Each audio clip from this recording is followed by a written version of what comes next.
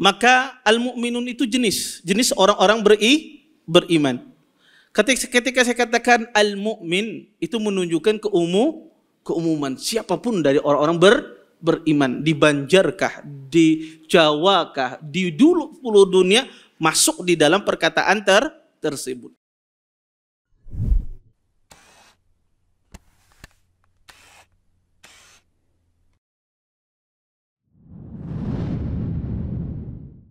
Assalamualaikum warahmatullahi wabarakatuh. Innal hamdalillah nahmaduhu wa nasta'inuhu wa nastaghfiruh wa na'udzu billahi min shururi anfusina wa min sayyiati a'malina. May yahdihillahu fala mudilla lahu wa may yudlil fala hadiya lahu. Asyhadu an la ilaha illallah wahdahu la syarika lahu wa asyhadu anna Muhammadan abduhu wa rasuluh. Fa inna asdaqal hadits kitabullah wa khairul hadi hadi Muhammadin sallallahu alaihi wasallam wa syarrul umuri muhdatsatuha wa kullu muhdatsatin fid din bid'ah wa kullu bid'atin dhalalah wa kullu dhalalatin finnar. Amma ba'd. Bapak-bapak, ibu-ibu, ikhwan dan akhwat yang dimuliakan oleh Allah Subhanahu wa taala, alhamdulillah segala puji bagi Allah Subhanahu wa taala dengan limpahan nikmat yang begitu besar, di antaranya nikmat iman, nikmat Islam, nikmat kesehatan, sehingga kita semua diberikan kemudahan oleh Allah Subhanahu wa taala untuk bisa berhadir di majelis ilmu. Mudah-mudahan apa yang kita pelajari, apa yang kita tuntut pada malam hari ini mendatangkan keberkahan dari Allah Subhanahu wa taala dan kita bisa mengambil manfaat dari apa yang akan disampaikan nantinya. Bapak, Ibu, ikhwan dan akhwat yang dimuliakan oleh Allah Subhanahu wa taala, kita lanjutkan kajian kita tentang syarah Manzumah Al-Qawaid Al-Fiqhiyah yang ditulis oleh Syekh Sa'di rahimahullahu taala. Insyaallah ya, dari kaidah 31 ya, dari kaidah nomor 32 sampai kaidah nomor 34 ini semuanya berkaitan dengan bahasa Arab.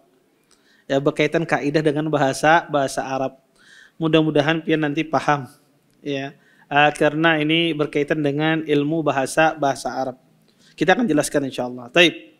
Kata beliau, wa al tufidul kulla fil umumi fil jam'i wal ifradi kal alimi.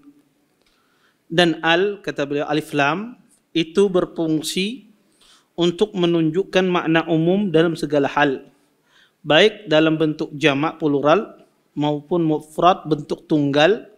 Contohnya kata beliau al-alim. Bapak, Ibu, ikhwan dan akhwat yang dimuliakan oleh Allah Subhanahu wa taala, di sini Syekh Sa'di rahimahullahu taala ingin menjelaskan kepada kita bahwasanya di dalam nas, baik itu dalam Al-Qur'an ataupun di dalam hadis Nabi ataupun di dalam perkataan para salaf, maka di dalam perkataan mereka itu kadang ada mengandung keumuman. Di dalam Al-Qur'an itu kadang-kadang ada kata yang mengandung keumuman yang sifatnya umum. Kadang di dalam Al-Quran itu ada kata-kata yang mengandung kekhususan. Maka seorang muslim, dia harus mengenal kapan kalimat itu memiliki makna secara umum. Kapan kata itu memiliki makna secara umum sehingga hukumnya berlaku keumumannya. Kapan kalimat itu memiliki makna khusus sehingga berlaku kekhususannya. Maka kata beliau, alif lam atau di dalam bahasa Indonesia disebut dengan kata sandang itu ya memiliki makna, jika dia masuk pada sebuah kalimat itu memiliki makna keumuman ya, memiliki makna sifatnya umum. Kata sandang ini, alif lam ini ya, di dalam bahasa Arab itu Bapak, Ibu, ikhwan dan akhwat yang dimuliakan oleh Allah Subhanahu wa taala, itu ada beberapa macam.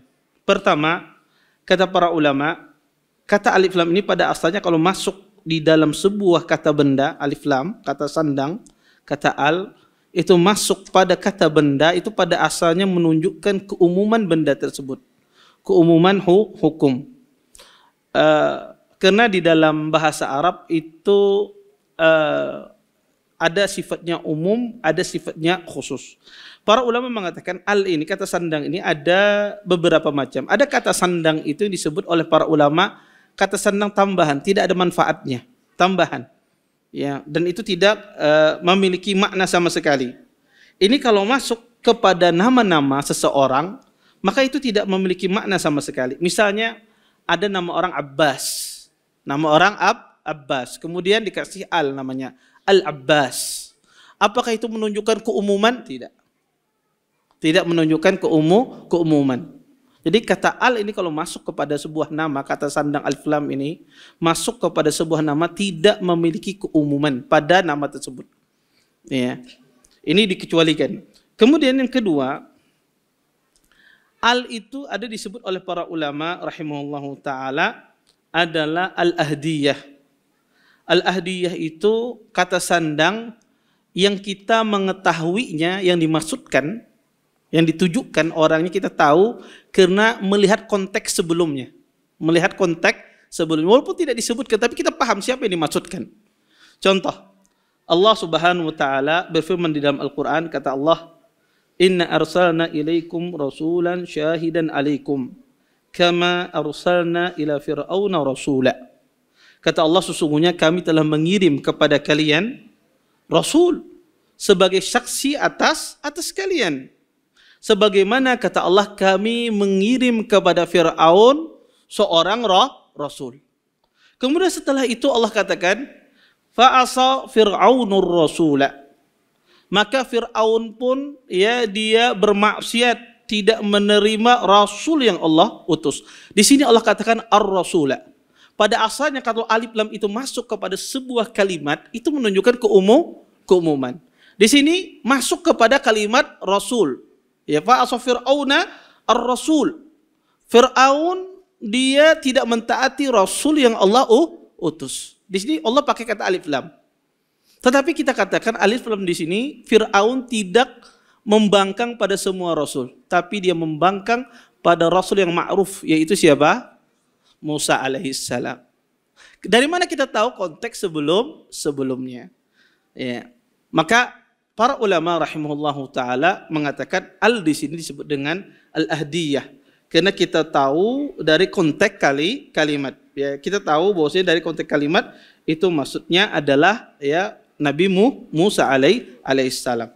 Kadang al itu kadang dia bisa bermakna zihniyah. Zihniyah itu sebuah kata sandang itu secara naluri kita tahu yang dimaksudkan tanpa melihat konteks. Misalnya, saya ketika berada di Masjid Imam Syafi'i ini saya tahu siapa ketua Masjid Imam Syafi'i. Kemudian saya berbicara, saya datang, saya katakan ja'ar rais ilal masjid. Datang ketua, sudah sampai datang ketua ke masjid ini. Maka sudah tahu kita siapa yang dimaksudkan. Misalnya Pak Saiful misalnya. Orang sudah tahu semua, ketua masjid ada Pak Saiful misalnya. Maka saya walaupun tidak menyebutkan nama beliau, saya katakan ar-rais, seorang ketua, ya. Saya katakan di situ alif lamnya, ada alif lamnya ar-rais. Maka orang sudah tahu semua. Kenapa? Karena secara naluri tidak ada ketua kecuali beliau.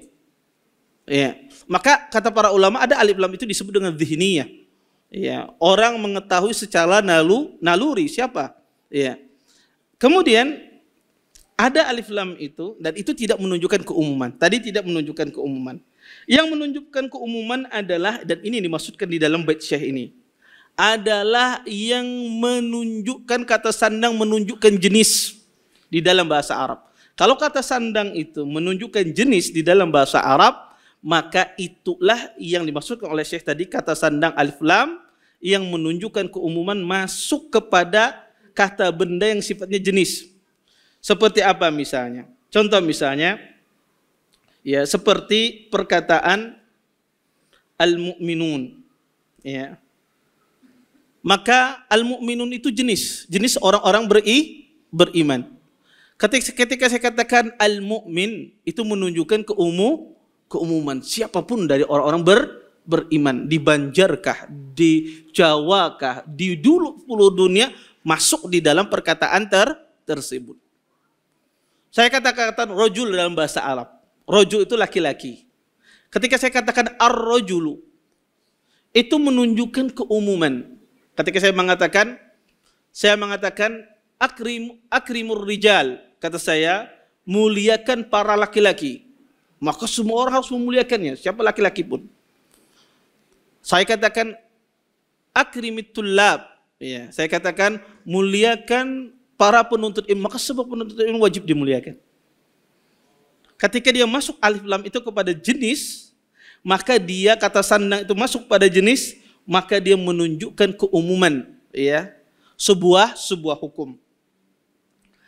Seperti Allah katakan, ya, nanti kita sebutkan contoh-contohnya. Kemudian kadang, ya, seperti Allah contohkan misalnya di dalam Al-Quran, ya, seperti kata Allah, wasariqu wasariqatu faqta'u aydiyahuma. Kata Allah Subhanahu wa taala, pencuri laki-laki dan pencuri wanita, kata Allah, potonglah tangannya. Ini menunjukkan semua pencuri. Siapapun pencurinya dipotong tangannya. Baik dia orang beriman, baik dia orang kafir, ya, baik dia orang tua, baik dia orang yang masih muda, baik dia orang Indonesia, baik dia orang Arab, baik dia orang Eropa, semuanya. Allah katakan wasariqu wasariqah. Pencuri apa saja, kata Allah, potong tangannya. Ini menunjukkan keumuman. Iya. Kemudian seperti perkataan Allah dalam Al-Quran, Allah mengatakan, kata Allah, az-zaniyatu waz-zani fajlidu kullu wahidin minhuma jaldah. Ya. Kata Allah menyebutkan dalam Al-Quran, sesungguhnya penzina, laki-laki dan penzina perempuan, ya, maka cambuklah keduanya dengan 100 cambukan. Maka ini menunjukkan semua penzina, siapapun dia. Baik dia orang yang sudah tua atau masih muda, baik dia orang yang muslim ataukah dia orang kafir, kata Allah, semuanya dihukum dicambuk ketika dia berzina. Nah, ini menunjukkan keumuman karena dia masuk pada kata benda yang sifatnya jenis penzina. Maka semua penzina. Iya. Ini ketika masuk kata syahida al dalam semacam ini, maka menunjukkan keumuman sesuatu. Makanya bahasa Arab itu sangat luas sekali, ya. Pembahasan alif lam aja kadang-kadang itu beratus-ratus halaman. Ibnu Hayyan, ya, di dalam kitabnya sangat besar, ya, di dalam ilmu nahwu, ya, kata alif lam, ya, bahasa alif lam saja ratusan halaman. Ya, karena sangat luas bahasa Arab tersebut. Kemudian kata para ulama rahimallahu taala bahwasanya, ya, bagaimana kita tahu, ya, Ustadz, bagaimana saya tahu bahwasanya ini masuknya adalah umum? Kalimat al ini masuk ke kalimat isim, kata benda yang sifatnya umum. Cara mengetahuinya sangat mudah. Cara mengetahuinya bisa dikecualikan. Bisa dikecualikan. Contoh ketika Allah berfirman dalam Al-Quran di dalam surah Al-Asr, kata Allah, innal insana lafi khusr. Kata Allah, semua manusia berada dalam kerugian. Berarti semua manusia berada dalam kerugian. Ini mencakup semua orang. Allah mengatakan di sini al-insan, pakai alif lam. Maka artinya semua manusia, tidak hanya satu manusia. Tapi katanya semua manusia, kita pakai alif lam. Ini menunjukkan keumuman. Dari mana kita tahu ini keumuman? Karena setelah itu Allah mengecualikan illal ladzina amanu wa 'amilus shalihat wa tawashaw bil haqqi wa tawashaw bis sabr. Kecuali orang-orang yang beriman dan beramal saleh, orang yang menegakkan saling tolong menolong dalam kebaikan, ya, menasihati dalam kebenaran dan kesabaran. Maka ini yang dikecualikan oleh Allah Subhanahu wa taala. Berarti insan di sini adalah menunjukkan keumuman. Kenapa? Karena bisa dikecualikan. Karena umum itu bisa dikecualikan, ya. Semuanya laki-laki yang ada di sini orangnya baik berataan, kecuali si fulan. Maka ketika dikecualikan berarti menunjukkan keumuman. Taib. Atau saya katakan semua laki-laki di sini semuanya seperti singa misalnya. Kecuali si fulan.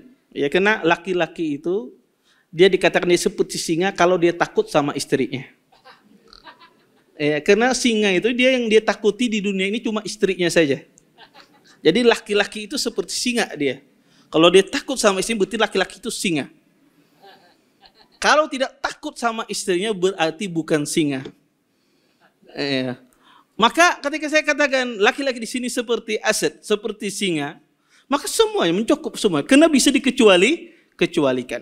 Maka ini diantara ya bagaimana salah satu kita mengetahui sifat keumuman. Taib. Ustadz, kenapa sih kita mempelajari ini? Karena ini ada faedahnya banyak sekali di dalam masalah hukum. Seperti Allah berfirman di dalam Al-Quran, Allah katakan, kata Allah, wa ahlallahu al-bai'a wa harramar riba. Sesungguhnya Allah menghalalkan jual beli. Di sini Allah katakan wa ahlallahu al-bai'a. Allah menggunakan kata al-bai'a. Bai'a itu satu, bentuknya tunggal. Tapi dikasih alif lam di dalam Al-Quran. Lihat ini keindahan bahasa Al-Quran. Wa ahlallahu al-bai'a. Allah kasih alif lam. Ini yang dihalalkan Allah itu cuma satu jual beli saja kah? Apa semua jual beli dihalalkan oleh Allah Subhanahu wa taala? Ketika Allah katakan wa ahlallahu al-bai'a, ini menunjukkan keumuman, berarti semua jual beli. Allah halalkan, ya. Kemudian ketika Allah katakan wa harramar riba, dan sesungguhnya Allah mengharamkan riba. Apakah satu riba saja kalau Allah halalkan? Semua jenis riba Allah haramkan, tidak ada pengecualian. Ya. Ini menunjukkan, ya, ini keindahan bahasa Al-Quran. Ketika kita paham bahasa Arab al-bai'a, maka ini menunjukkan jual beli. Makanya jangan ada lagi bertakun, Ustadz jual sepeda motor boleh. Berjual sepatu boleh. Berjual baju boleh. Kalau orang paham bahasa Arab, semua jual beli itu asalnya halal. Karena Allah mengatakan wa halallahu al-bai'a. Contoh yang lain Allah sebutkan di dalam Al-Quran, ya. Allah katakan di dalam Al-Quran, kata Allah, ya ayyuhalladzina amanu aufu bil uqud. Kata Allah, wahai orang-orang beriman, tepati akad-akad kalian. Perintah menepati akad-akad yang dibikin. Ini menunjukkan bahwasanya semua akad itu asalnya halal. Akad apa saja itu halal, kecuali apa-apa yang Allah haramkan, dikecualikan. Maka semua asalnya akad itu dihalalkan. Dan semua akad itu harus dipenuhi. Kalau Anda berakad dengan siapapun, maka asalnya wajib kita memenuhi akad tersebut. Ya, ketika jual beli, ketika sewa menyewa, terjadi perjanjian kontrak, wajib kita penuhi sesuai kontrak. Terjadi misalnya pinjam meminjam, itu akad, wajib kita penuhi sesuai akad tersebut. Maka semua akad itu boleh dilakukan, kecuali apa-apa yang dikecualikan, sesuatu yang diharamkan. Kemudian Bapak Ibu ikhwan dan akhwat yang dimuliakan oleh Allah Subhanahu wa taala, kemudian ya, para ulama rahimahullahu taala mengatakan, ya, juga mereka menjelaskan di sini, ya, bahwasanya ketika kita mengetahui, ya, lafaz, ya, al itu masuk, ya, ke dalam tadi, ya, ke dalam isim jenis, kata sandang itu menunjukkan keumuman.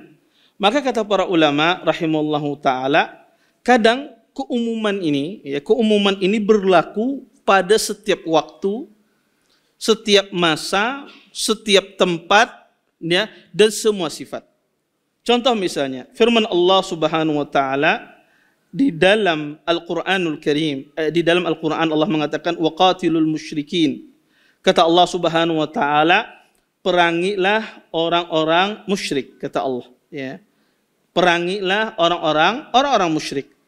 Ayat ini berlaku, kata para ulama rahimahullahu taala, di dalam semua keadaan, ya. Ayat ini berlaku dalam semua keadaan, disuruh memerangi orang-orang musyrik, ya, baik itu, ya, di dalam setiap tempat, di setiap masa. Maka kalau ada orang musyrik, kita disuruh memeranginya kalau dia tidak melakukan perjanjian dengan kaum muslimin. Maka kata para ulama, ayat ini berlaku keumuman di setiap tempat, setiap masa, dan setiap zaman.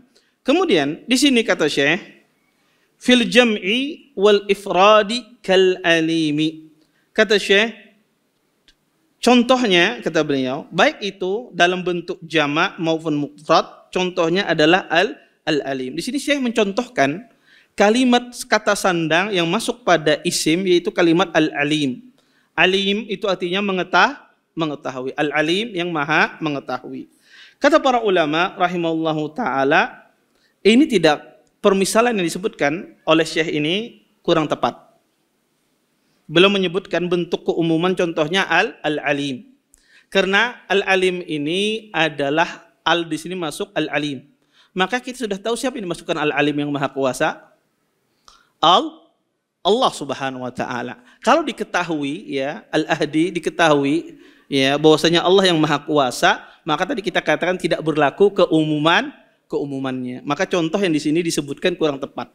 Ya, contoh yang disebutkan di dalam kaidah ini kurang tepat ya. Taib. Kemudian beliau mengatakan wan nakirat fi siyakin nafi tu'til umuma au siyakin nahyi. Kemudian kata beliau, isim nakirah dalam konteks nafi, peniadaan, atau konteks nahi, larangan, menunjukkan makna umum. Taib. Bapak, Ibu, ikhwan dan akhwat yang dimuliakan oleh Allah Subhanahu wa taala, di sini beliau menjelaskan tentang masalah kaidah yang kedua dalam ilmu bahasa Arab yang menunjukkan keumuman. Pertama tadi ada kata kata sandang yang masuk pada kata benda yang sifatnya jenis. Sifatnya jenis ya. Mencakup banyak hal. Kemudian beliau menjelaskan kaidah yang kedua, di antara juga kalimat menunjukkan keumuman adalah nakirah. Nakirah itu adalah isim kata benda yang tidak jelas. Tidak jelas. Karena ada kata benda itu yang jelas, ada yang tidak jelas. Kitabun, buku. Tidak jelas buku apa. Tapi kalau kita katakan al-kitabu, buku itu jelas. Buku siapa. Maka yang tidak jelas itu disebut nakirah dalam bahasa Arab. Yang jelas itu disebut ma'rifah di dalam bahasa Arab. Kata beliau, kalau ada ya kalimat nakirah ini setelah atau di dalam bentuk ya, di dalam bentuk nafi peniadaan atau dalam bentuk nahyi larangan. Jadi sebelumnya adalah larangan ataukah sebelumnya adalah penafian, maka menunjukkan kata benda ini keumumannya. Contoh misalnya Allah Subhanahu wa taala mengatakan di dalam Al-Qur'an, Allah mengatakan, kata Allah Subhanahu wa taala, وَالَّذِينَ يُظَاهِرُونَ مِنْ نِسَائِهِمْ ثُمَّ يَعُودُونَ لِمَا قَالُوا فَتَحْرِيرُ رَقَبَةٍ. Kata Allah Subhanahu wa taala, dan adapun orang yang mendhihar istrinya, seorang suami mengatakan kepada istrinya, anti ka dhahri ummi, wahai istriku, engkau bagaikan punggung ibuku. Dia ingin mengharamkan menyentuh istrinya dengan ucapan demikian. Itu disebut zihar. Dia menyamakan istrinya dengan sesuatu yang diharamkan untuk dia sentuh, seperti ibunya, seperti saudarinya, seperti bibinya. Maka ini zihar. Engkau bagaikan punggung ibuku. Kata Allah, adapun orang yang menzihar istrinya, kemudian mereka bertaubat terhadap apa yang mereka katakan, maka kafarahnya apa? Kata Allah, fatahriru raqabatin min qabli ayyatamassa. Kata Allah Subhanahu wa taala, hendaklah dia harus membebaskan budak sebelum dia menyentuh istrinya. Maka ayat ini, kata raqabah ini datang setelah apa? Setelah isbat. Ya. Setelah isbat. Isbat itu apa? Ya. Setelah isbat. Setelah penetapan. Ya, setelah penetapan. Allah menjelaskan di situ tidak ada penyediaan. Maka kata para ulama, setelah ada penetapan, maka ini menunjukkan, kata para ulama, setelah menunjukkan kemutlakan, hukumnya mutlak. Di dalam bahasa Arab ada umum, ada mutlak. Mutlak itu adalah sesuatu yang menunjukkan hakikat suatu benda, tapi tidak menyeluruh. Contoh di dalam ayat ini datang nakirah setelah penetapan, maka menunjukkan kemutlakannya, bukan menunjukkan keumumannya. Ayat ini mengatakan dibebaskan budak semua budak, tidak. Tapi dibebaskan budak yang mana saja, pilih satu budak yang mana saja engkau bebaskan, maka engkau telah menunaikan apa yang dimaksudkan dalam ayat, yaitu membebaskan budak. Tetapi kata para ulama, yang menunjukkan keumuman adalah seperti firman Allah Subhanahu wa taala ya, atau seperti perkataan kita ya, seperti seseorang mengatakan, orang mengatakan misalnya dia mengatakan la tukrim al-fusaq. Seperti seorang mengatakan jangan engkau muliakan orang-orang fasik. Atau seseorang mengatakan la tunfik al-fusaq. Jangan engkau berinfak kepada orang-orang yang bermaksiat. Maka perkataan ini, jangan engkau berinfak, jangan engkau bersedekah kepada orang yang bermaksiat, ini menunjuk ke semuanya. Maka tidak boleh kita memberikan harta kita kepada orang yang bermaksiat. Kalau ada orang menitip harta kepada antum, kemudian dia katakan, tolong harta ini jangan antum kasihkan kepada orang-orang yang fasik. Jangan antum kasihkan kepada orang-orang yang tidak taat kepada Allah. Maka ini menunjukkan keumuman, tidak boleh dikasihkan, walaupun sedikit pun tidak boleh dikasihkan. Kalau kita mengasihkan, berarti kita tidak menepati janji, berarti kita tidak amanah. Berbeda halnya saya katakan, tolong harta ini dikasihkan kepada orang yang rajin menuntut ilmu. Kemudian antum kasihkan cuma satu orang, padahal di masjid ini semuanya rajin menuntut ilmu, beratan mencatat semuanya. Tapi antum kasihkan cuma satu orang. Salah tidak? Tidak salah. Dia punya, diamanahi oleh donatur, tolong ini kasihkan uang 50 juta kepada para penuntut ilmu di Masjid Imam Syafi'i. Atau kepada orang yang rajin menuntut ilmu di Imam Syafi'i. Dikasihkannya si ikung aja. Kebetulan di sanaknya misalnya. Salah apa tidak dia? Tidak salah. Tidak salah. Kenapa? Karena dia sudah menunaikan amanah. Iya. Karena satu orang sudah cukup. Ia menerima harta tersebut. Nah itu mutlak namanya. Banyak yang menuntut ilmu, tapi dia ambil satu saja boleh. Itu mutlak namanya. Kalau umum itu harus semuanya. Umum itu harus semuanya. Jelas ya, bisa bedakan ya. Nah ini saya ingin bedakan. Karena mutlak dan am ini sering tertukar orang.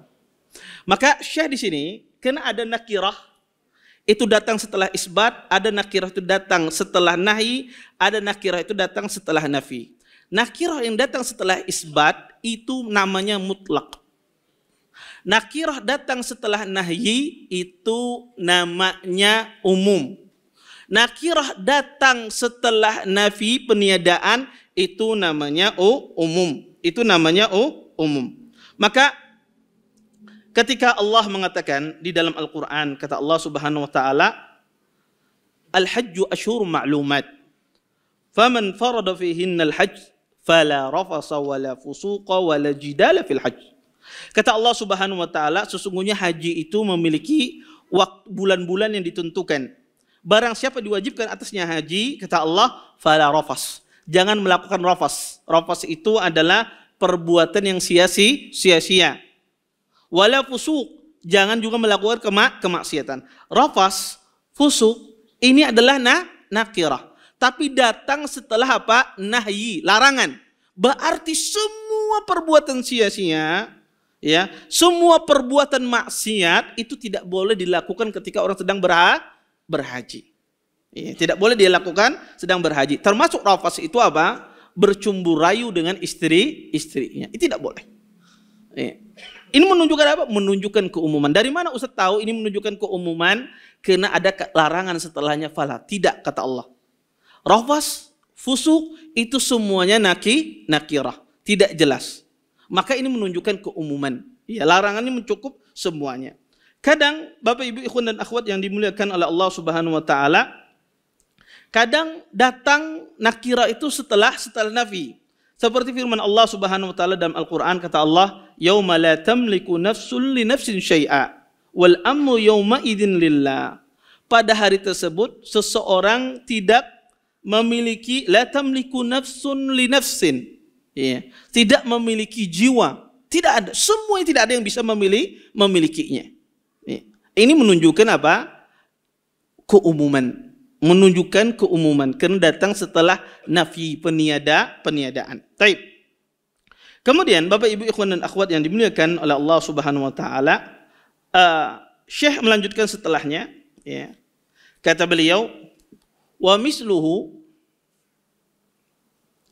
al-mufrad it yudafu fafham huditar rusyda ma yudafu. Dan seperti itu pula kata beliau, isim mufrad jika diidhafahkan, maka pahamilah semoga engkau mendapat petunjuk. Kata beliau seperti itu pula isim mufrad. Isim mufrad itu artinya isim yang tunggal. Jika diidhafahkan itu artinya disandarkan. Maka pahamilah semoga engkau mendapat petunjuk. Di sini, ya, afwan, saya kelewatan kaidahnya. Kadzaka man wa ma tufidani ma'an. Kullal umumi ya ukhayya fasma'a. Tadi saya kelewatan kaidah 3-4.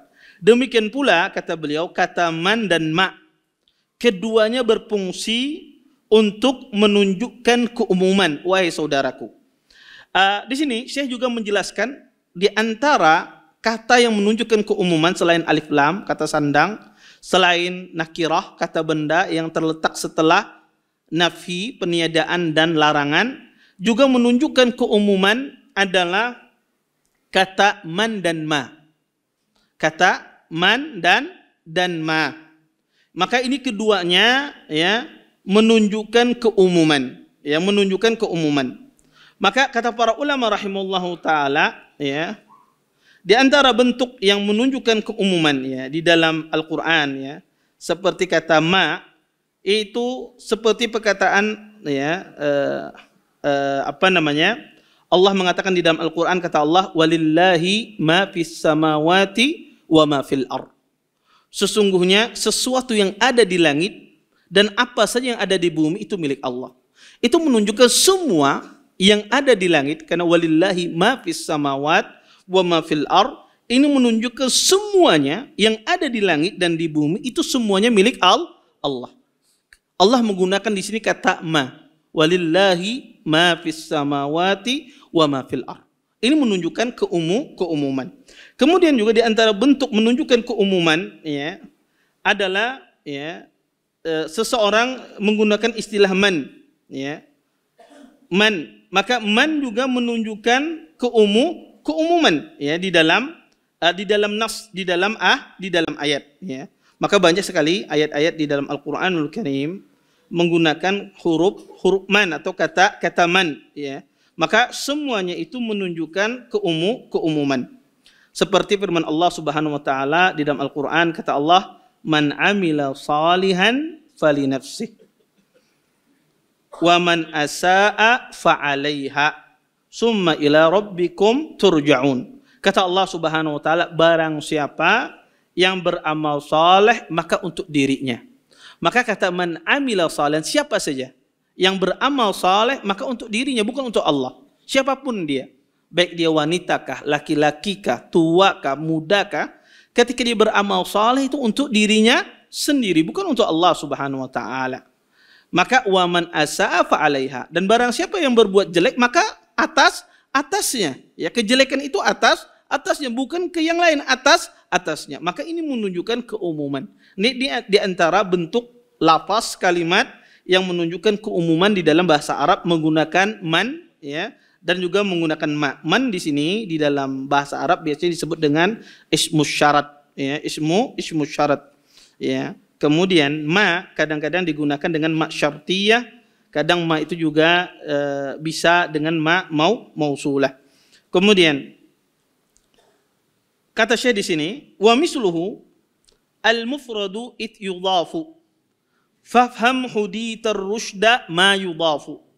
Dan seperti itu pula isim mufrad, isim yang tunggal, jika disandarkan maka pahamilah semoga engkau mendapat petunjuk. Di sini beliau ingin menjelaskan kepada kita isim, ya, jika disandarkan, ya, maka, ya, dia menunjukkan keumuman. Isim jika disandarkan kepada kalimat itu menunjukkan sebuah keumuman. Misal, perkataan Allah di dalam Al-Quran, yusikumullahu fi auladikum. Kata aulad ini adalah isim yang sifatnya jamak.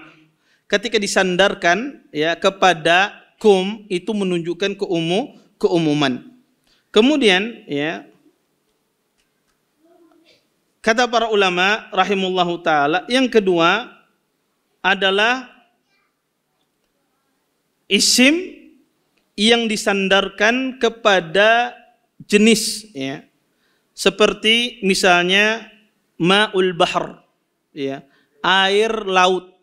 Maka ini juga menunjukkan keumuman. Semua air laut ya, semua laut yang mana saja itu airnya adalah halal untuk digunakan, bersuci, diminum, dimasak, maka itu halal. Ini juga menunjukkan keumuman.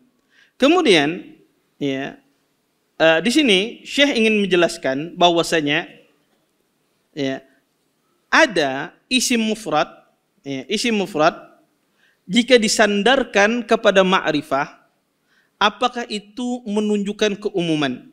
Ini terjadi khilaf di kalangan para ulama. Kalau ada isim mufrad disandarkan kepada ma'rifah, apakah itu menunjukkan keumuman? Ya. Seperti misalnya seseorang mengatakan zaujati taliqun, istriku saya talak. Orang ini banyak punya istri, 4 orang, 4 istri. Ketika dia mengatakan istriku saya tolak, apakah ini menunjukkan semua istrinya ditalak ataukah cuma 1 istri saja? Ketika dia mengatakan istriku saya talak, ulama khilaf di sini.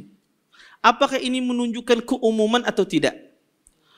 Jumhur ulama rahimahullahu taala, sebagian ahlu ilm mengatakan bahwasanya kalau ada orang mengatakan bahwasanya istriku ditolak, maka semua istrinya kena talak. Ketika dia mengatakan istriku ku talak, dia tidak menentukan siapa, tapi dibilang seperti itu saja, istriku saya talak. Maka kata para ulama itu menunjukkan keumuman, semua istrinya dia talak. Pendapat yang kedua di kalangan para ulama, itu cuma 1 saja yang kena talak. Dipilih salah satunya. Bagaimana cara memilihnya? Maka dengan cara diundi, siapa namanya keluar itulah yang kena talak. Ya, dengan cara diundi. Maka ini penting ya. Perkataan kaidah-kaidah semacam ini penting karena di dalam bahasa Arab itu menunjukkan keumuman apa tidak. Sama seperti seseorang mengatakan ya, hartaku saya sedekahkan. Taib. Sedangkan dia punya banyak harta miliaran. Apakah semua hartanya disedekahkan? Ataukah cuma sebagian hartanya?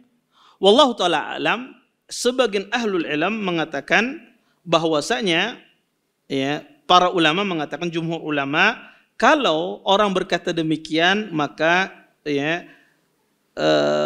semuanya kena talak.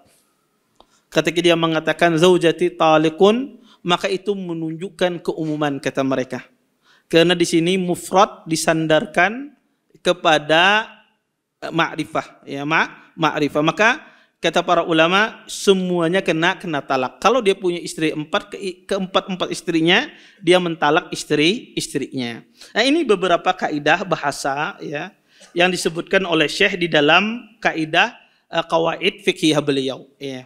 Saya yakin antum sebagian mungkin sudah di atas awan ya. Ya banyak apa namanya, ini apa Ustadz ini pender napa ya. Iya, kemana ya. Tapi mau gimana, ini pembahasannya ya. Ini pembahasannya yang berkaitan dengan kaidah di dalam bahasa Arab. Tentu orang kada bisa bahasa Arab kada menikmati pembahasan ini. Tapi orang yang bisa bahasa Arab, mengerti bahasa Arab, dia sangat menikmati pembahasan ini ya.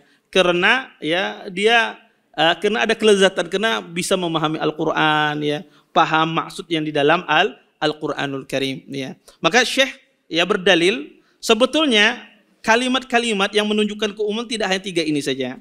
Tapi sebahagian besar di dalam Al-Qur'an, di dalam nas menggunakan metode semacam ini. Menggunakan kata sandang al, kadang-kadang menggunakan kata nakirah, kadang-kadang menggunakan man syarat, kadang-kadang menggunakan ma, kadang-kadang menggunakan ya mudhaf ya, isim tunggal disandarkan. Maka di dalam bahasa, di dalam Al-Quran, dalam nas kadang-kadang menggunakan 3 istilah ini sangat banyak. Yang mana kalau kita temu hal ini dalam Al-Quran, di dalam nas, itu menunjukkan bahwa sifatnya keumuman. Ustadz, apa bedanya? Bagaimana, apa fungsinya kita mengetahui? Fungsinya sangat banyak. Kadang-kadang kalau kita mengetahui kaidah ini, kita bisa membantah berbagai macam syubhat yang dilontarkan. Saya kasih contoh ya, faedah antum mengetahui ini. Di antara contoh, ada sebagian orang membolehkan isbal. Membolehkan isbal celana di bawah mata kaki. Pada hadisnya sudah jelas, ma asfala minal ka'baini minal izari fa finnar. Segala sesuatu yang di bawah mata kaki, kata Nabi, tempatnya di neraka, sangat jelas isbal. Tapi ada sebagian orang berdalil, dia dengan metode semacam ini membolehkan isbal. Apa katanya? Karena kata dia, yang dihukum di neraka itu yang sombong. Kalau aku kada sombong, berarti kada kena hukuman. Yang itu adalah kata dia mutlak, ma asfala minal ka'bain minal izari fa finnar. Itu mutlak kata dia. Ya mutlak. Ya dan itu dikait, dibatasi kalau dia sombong. Kalau tidak sombong, maka ini menjadi takyidnya, menjadi pembatasannya. Kalau dia tidak sombong, maka tidak di neraka. Dalilnya apa? Perbuatan Abu Bakar As-Siddiq. Orang kalau kada paham bahasa Arab, bujur juga hebat sih nenek. Contoh tadi, sebagian orang zaman sekarang ini banyak sekali membolehkan isbal dengan dalil tidak sombong. Dengan tadi membawa ayat hadis-hadis yang umum, kata dia hadis ini ditakyid, dibatasi dengan kesombongan. Kalau tidak sombong maka tidak mengapa. Maka kita katakan ini salah, membawa mutlak kepada muqayyad di dalam masalah ini salah. Kenapa? Karena hukumannya berbeda antara orang yang sombong dengan orang yang tidak sombong. Itu pertama, hukumannya berbeda. Orang isbal, dia dengan sekedar isbal saja, tidak disertai dengan kesombongan, itu diancam dengan api neraka. Adapun seseorang itu disertai dengan kesombongan, disebut ke dalam hadis lain, diancam dengan ancaman yang lain. Pertama, diancam dengan api neraka, kemudian tidak diajak bicara oleh Allah Subhanahu wa taala di hari kiamat, dan tidak disucikan oleh Allah Subhanahu wa taala. Maka hukumannya berbeda. Ketika hukuman itu berbeda, tidak bisa dibatasi. Ini hukuman yang berbeda. Sehingga Anda tidak bisa mengkhususkan ini kasus ini hanya pada sebatas kesombongan. Maka ini salah satu fungsi kita kalau kita mengetahui bahasa di dalam bahasa Arab. Ya. Maka banyak sekali ya pada zaman sekarang ini, khususnya orang-orang orientalis itu luar biasa. Mereka kadang-kadang menyisipkan syubhat dengan model-model semacam ini, masuk dalam bahasa, istilah-istilah bahasa. Ya, maka penting seseorang mengetahui hal-hal semacam ini, dan lebih penting lagi adalah pertama dipondasi dengan belajar bahasa Arab. Ya, semangat belajar bahasa Arab. Karena orang kalau kada pernah belajar bahasa Arab, kada mau alim-alim. 20 tahun menuntut ilmu, ya kaitu-kaitu bang. Ya tidak bisa. Karena kunci orang mau jadi alim itu dia mengerti bahasa Arab. Maka harus belajar bahasa Arab. Maka antum kalau antum ingin alim, ingin menjadi seorang ustadz misalnya, yang menggantikan kita di sini, belajar bahasa Arab. Ya harus belajar bahasa Arab. Karena bahasa Arab itu kunci. Makanya Imam Syatibi rahimallahu ta'ala mengatakan salah satu syaratnya mujtahid, orang yang berijtihad, adalah orang yang menguasai ilmu bahasa Arab. Maka orang kalau tidak menguasai bahasa Arab, maka dia bukan ulama. Siapa saja, dia tidak bisa bahasa Arab, antum yakin itu bukan ulama. Karena ulama itu orang yang mengerti bahasa Arab. Kalau dia tidak bisa bahasa Arab, maka itu bukan ulama. Ya, karena itu syarat mutlak. Seseorang dia mujtahid, seorang alim, dia harus menguasai bahasa Arab. Allah taala alam. Mungkin ini yang bisa ulun sampaikan, mudah-mudahan bermanfaat. Taib. Mungkin sisa waktu yang ada kita gunakan untuk tanya jawab. Ada yang bertanya? Kalau nggak ada kita bacakan. Saya praduga Anda tidak ada pertanyaan, soalnya berkaitan dengan bahasa. Taib, silahkan. Kalau bisa sesuai tema.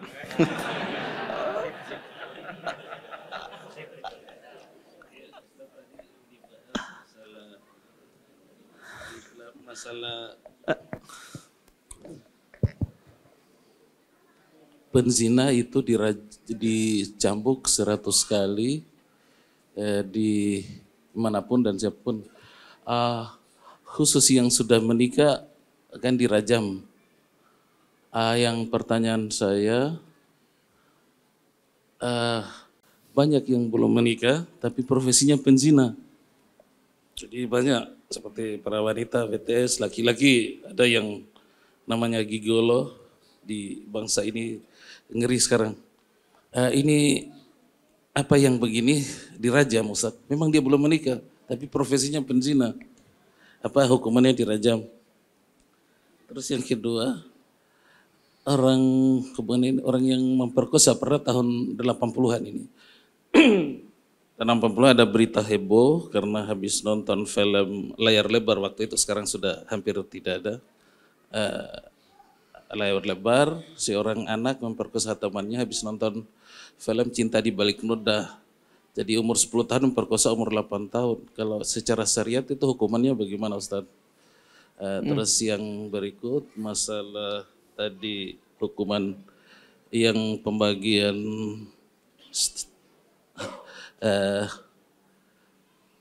seperti tadi pembagian, ada donatur yang membagikan menyerahkan ke panitia masjid, ternyata dia memberikan satu aja. Apakah dalam syariat dibenarkan nepotisme Ustaz? Tapi memenuhi syarat. Misalnya pembagian zakat mal, dia mengkhususkan keluarganya aja misalnya, tapi memenuhi syarat. Atau RT dia ada BPJS yang gratis itu, kalau BPJS kan dibayar, ada yang gratis, dia khususkan keluarganya saja, tapi memang memenuhi syarat. Apa dibenarkan ya Ustaz? Baik. Ya, jazakumullah khairan atas pertanyaannya. Pertama tentang masalah seseorang yang berzina. Tentu di dalam Islam hukumnya yang sudah menikah itu dirajam, yang belum menikah itu adalah dicambuk, dan sebagian ditambahkan diasingkan. Adapun orang yang perantaranya yang menjadikan orang ini berzina, atau istilahnya itu mucikari dan semisalnya, maka itu kembali ke hakim. Bisa jadi hukumannya dibunuh, bisa jadi hukumannya dipancung, bisa. Itu kembali ke hakim. Itu masuk dalam hukum takzir nanti yang perantaranya itu. Adapun profesi penzina jelas dia akan dicambuk. Ya, dia terus berzina akan dicambuk terus. Kalau dia sudah menikah maka dirajam sampai meninggal, semacam itu. Kemudian yang kedua adalah masalah seseorang yang melakukan perbuatan zina tapi belum balik. Ya, anak kecil misalnya melakukan kekerasan seksual terhadap sesama anak kecil tapi dia belum balik. Tentu mereka ya tidak dikenakan ya hukuman dalam Islam karena dia belum balik. Ya, orang belum balik tidak kena hukuman, tetapi nanti dikenakan sanksi itu kepada walinya. Ya, bisa sanksi itu dalam bentuknya harta dan semisalnya. Ya. Tetapi tentu nanti akan diberikan pelajaran sang anak tersebut. Bisa jadi hakim memandang diberikan pelajaran untuk anak tersebut ketika usianya mungkin 10 tahun dipukul. Bisa hakim melihat karena anak yang 10 tahun itu boleh dipukul dan semisalnya. Maka nanti hakim melihat adab, tapi dia tidak dirajam, tidak dicambuk, ya tidak. Tapi hakim nanti melihat mana hukuman yang pantas bagi anak-anak tersebut. Adapun yang ketiga adalah bolehkah orang yang berhak kemudian dia nepotisme. Kalau seandainya orang itu berhak memenuhi syarat, itu boleh, dan itu tidak nepotisme sebetulnya. Kalau dia memenuhi hak, kemudian dia dahulukan keluarganya, tapi memang betul dia yang berhak di antara yang ada, maka tidak nepotisme. Ya, tidak nepotisme. Maka itu ada sesuatu yang benar. Ya, sesuatu yang benar. Dia disuruh memilih misalnya, terserah, tetapi kriterianya ini, dan itu ada pada keluarganya misalnya, pada saudaranya, maka itu tidak nepotisme dan itu dibenarkan di dalam syariat. Kemudian ini ada pertanyaan ini banyak di kertas. Bismillah, assalamualaikum warahmatullahi wabarakatuh. Ustadz, bagaimana hukumnya seorang suami lebih memilih tinggal di rumah ibunya yang sedang sendirian, sudah sepuh dan sakit-sakitan, dan istri tidak mau ikut bersama suaminya untuk tinggal di rumah ibu suaminya. Padahal suaminya sudah sering membujuk istrinya untuk ikut dengannya, tapi istrinya tidak mau sama sekali. Jadi apa yang perlu saya lakukan Ustadz sebagai suami? Apakah saya tinggalkan istri saya untuk menjaga dan merawat ibu saya yang sedang sakit-sakitan? Sebelum nikah suami sudah bilang bahwa saat nikah nanti untuk tinggal bersama ibu suami, dan sang istri beserta keluarganya menyetujui-nya. Dan setelah mempunyai anak, istri tidak mau untuk tinggal bersama ibu suami yang sedang sakit-sakitan. Dan kadang si istri marah kalau suami ke rumah orang tuanya untuk menjenguk setiap hari. Mohon pencerahannya Ustadz. Taib. Pertama, ya, seorang istri wajib dia taat kepada suaminya. Ya, wajib seorang istri itu taat kepada suaminya, karena suami itu kata Nabi SAW, hiya jannatuki au naruki. Sesungguhnya suami itu ada surgamu atau nerakamu. Maka perhatikanlah haknya. Ini poin yang pertama. Poin yang kedua, apakah wajib seorang istri itu tinggal di rumah mertuanya? Tidak wajib. Boleh dia berhak seorang wanita itu milih tinggal di rumahnya. Itu haknya dia. Karena dia haknya seorang wanita adalah dia tinggal di rumahnya tidak digabungkan dengan keluarga suami. Itu juga hak seorang wanita yang harus dipahami oleh kaum pria. Kemudian yang ketiga, kalau ada persyaratan,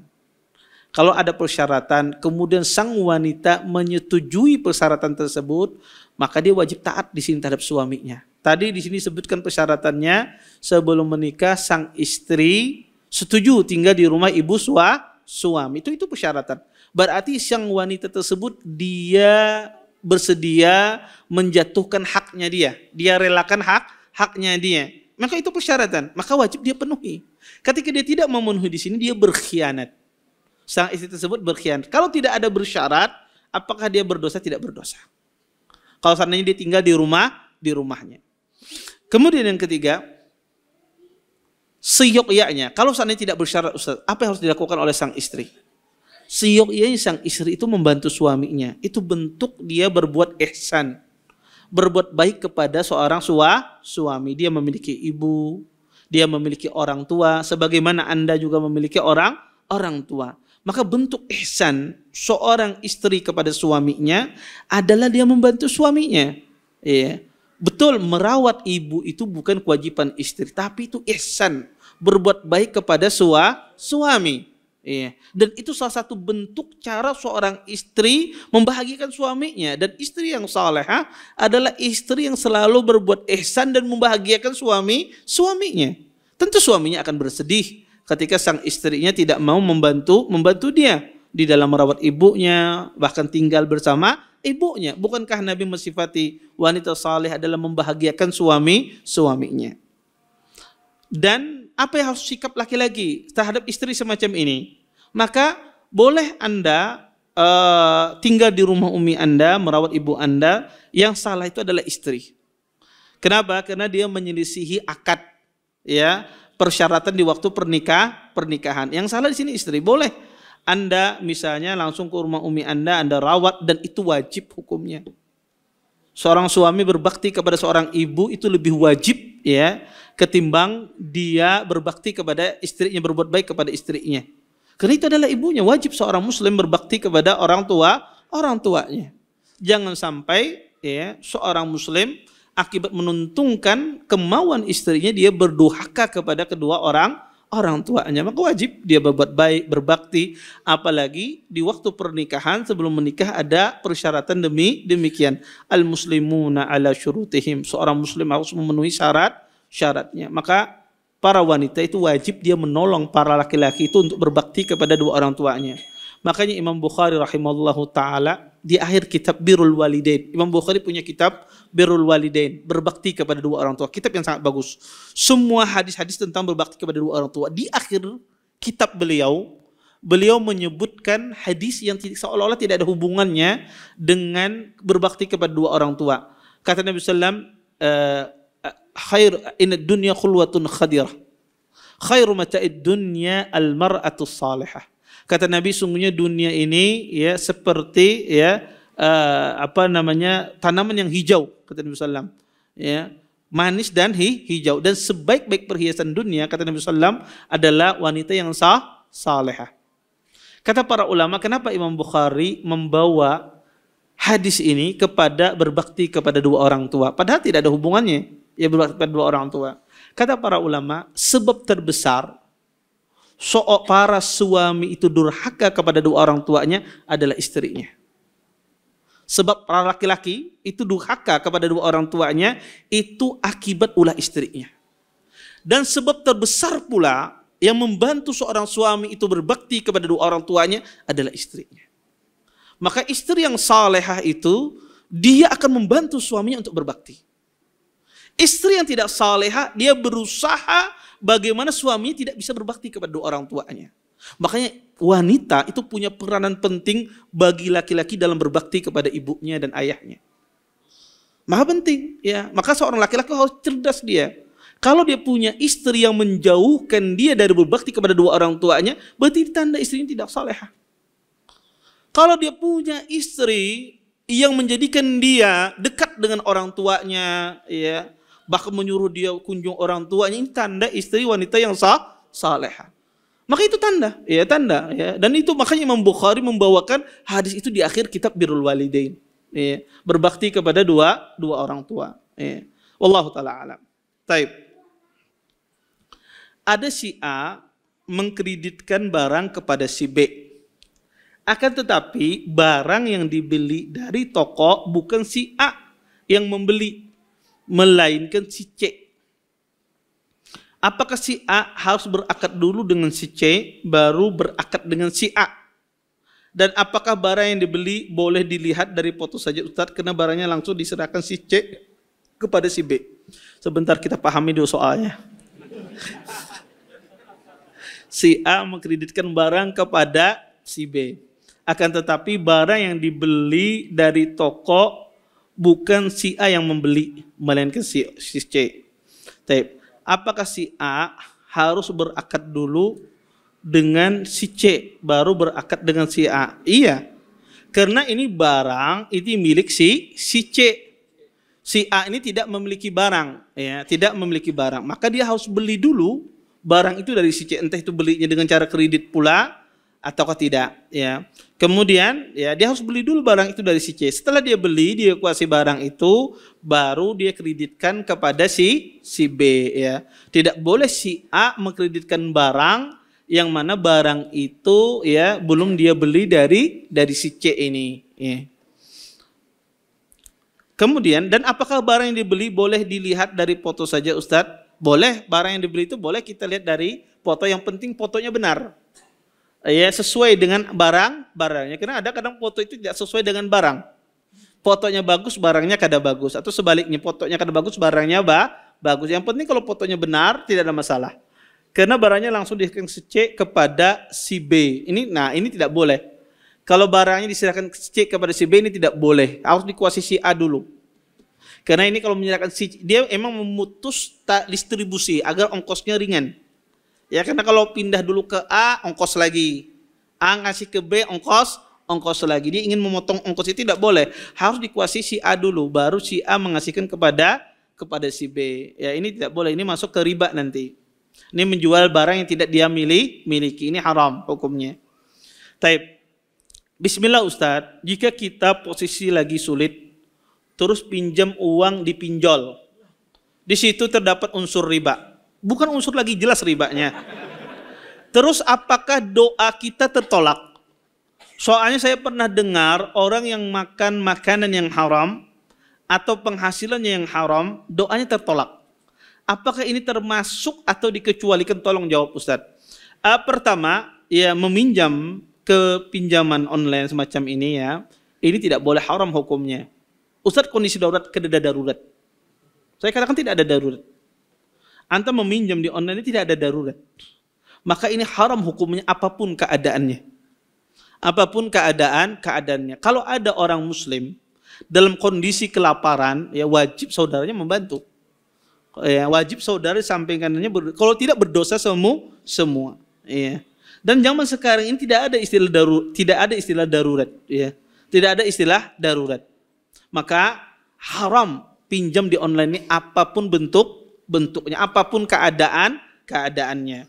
Kemudian kalau itu sudah terjadi, apakah doa saya tertolak? Maka bahasa yang tepat adalah doanya lambat diijabah oleh Allah. Fa'anna yustajabu lahu. Kata Nabi, bagaimana mungkin doanya dijawab oleh Allah. Dan dari antara dampak orang yang memakan riba, ya memakan sesuatu yang haram, dia malas beribadah. Makanya Allah katakan dalam Al-Quran, ya ayyuhar rasul, kulu minat tayyibat wa'malu salihah. Kata Allah, wahai para rasul, makanlah dengan makanan yang tayyib, makanan yang halal. Kemudian setelah itu Allah kaitkan makanan yang halal, baik itu makanannya halal zatnya atau diambil dari rezeki yang halal, kemudian Allah kaitkan yang halal ini dengan apa? Wa'malu salihah, dan beramal salehlah. Artinya orang kalau makan dari hasil sesuatu yang haram, maka dia susah untuk beramal saleh. Orang yang memakan dari sesuatu yang halal, dia mudah untuk beramal saleh. Makanya orang yang ketujuh riba dan misalnya ngalih dia beramal saleh. Anda lihat, orang yang riba itu amal salehnya sedikit. Ngalih dia beramal saleh. Karena Allah kaitkan makanan halal itu menunjang amal saleh. Mafhumnya orang yang tidak beramal, tidak memakan makanan yang halal, maka susah dia berbuat kebaikan. Maka ya, tidak ada pengecualian dalam masalah ini. Ya, pinjaman online itu haram, tidak boleh apapun keadaannya. Ya, saya dalam kondisi tidak ada. Ya, haram hukumnya. Ya. Kemudian, ya, apakah doanya tertolak? Kita tidak mengatakan tertolak, tapi lambat diijabah oleh Allah Subhanahu wa taala. Baik. Bismillah. Assalamualaikum Ustaz, izin bertanya. Masalah zihar tadi, misal suami melakukan zihar terhadap istrinya. Di dalam surah Al-Mujadilah ayat 3 tadi dijelaskan bahwa sang suami diharuskan membayar kafarah sebelum kembali lagi ke istrinya. Nah, di zaman sekarang kan tidak ada budak. Lantas bayar kafarah di zaman sekarang diganti dengan apa, Ustaz? Pertama, membebaskan budak. Kalau tidak ada budak, dia berpuasa 2 bulan berturut-turut. Kalau tidak bisa berpuasa, baru dia berpindah dengan memberikan makan 60 orang fakir miskin. Jadi budak berpuasa 2 bulan berturut-turut, kalau nggak bisa baru memberikan makan kepada 60 orang fakir miskin. Sebagaimana disebutkan dalam ayat. Kata Allah, ya, dia antasuma syahraini mutabi'aini wa antut imasittina miskina. Ya, maka dia melakukan, kalau nggak budak, membebaskan budak, berpuasa, kalau tidak berpuasa, memberikan makan. Taib. Ustadz, apakah makruh saat sujud menutup mata? Soalnya ditakutkan mata terkena debu lantai atau karpet saat sujud. Maka tidak makruh ini kalau ada hajah, ya, karpetnya debu misalnya, takut dia terkena debu, ya, maka tidak mengapa, ya, atau dia matanya sensitif, alergian dengan debu, maka tidak mengapa dia menutup matanya di dalam salat. Wallahu a'lam. Baik. Ada yang lain bertanya langsung? Enggak ada? Baik. Kita tutup dengan doa kafaratul majelis. Subhanakallahumma bihamdika asyhadu an la ilaha illa anta astaghfiruka wa atubu ilaik. Assalamualaikum warahmatullahi wabarakatuh. Terima kasih. Jazakumullah khairan wa barakallahu fikum. Video ini dibuat atas partisipasi dari donasi Anda. Semoga menjadi amal jariah bagi Anda semuanya.